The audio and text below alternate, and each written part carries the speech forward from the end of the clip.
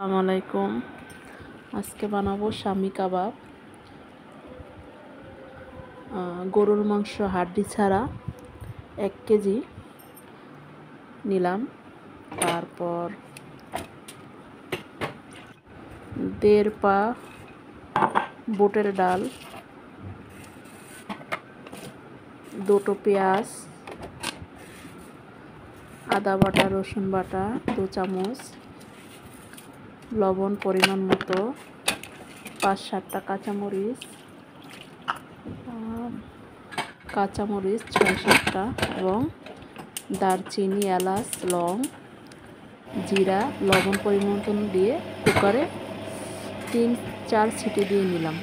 এখন কুকার খুললাম, ডাল সিদ্ধ হয়ে গেছে। এখন ব্লেন্ডারের সাহায্যে ব্লেন্ডার করে নিলাম, ভালো করে ব্লেন্ডার করে নিলাম।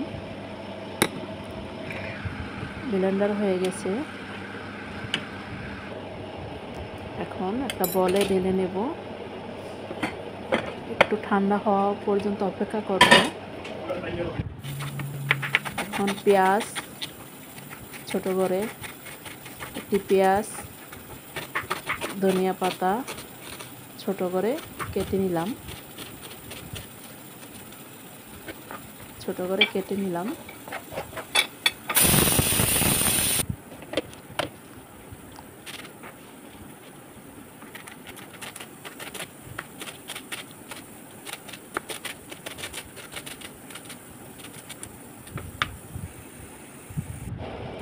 এখন একটা ডিম, পেঁয়াজ কুচি, ধনিয়া পাতা কুচি, লেবু, আধা লেবুর রস দিয়ে ভালো করে মিক্স করে নিলাম। ভালো করে মিক্স করে এখন বানালাম। আমি এগুলো ফ্রিজারে রাখবো।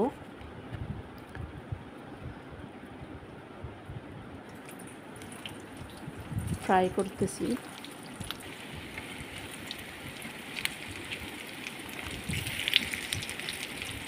কাবাব অনেক মজার হয়। ডাল, চাউল সাথে কাবাব ফ্রাই খুবই মজা লাগে। তো আজকে বানালাম শামি কাবাব।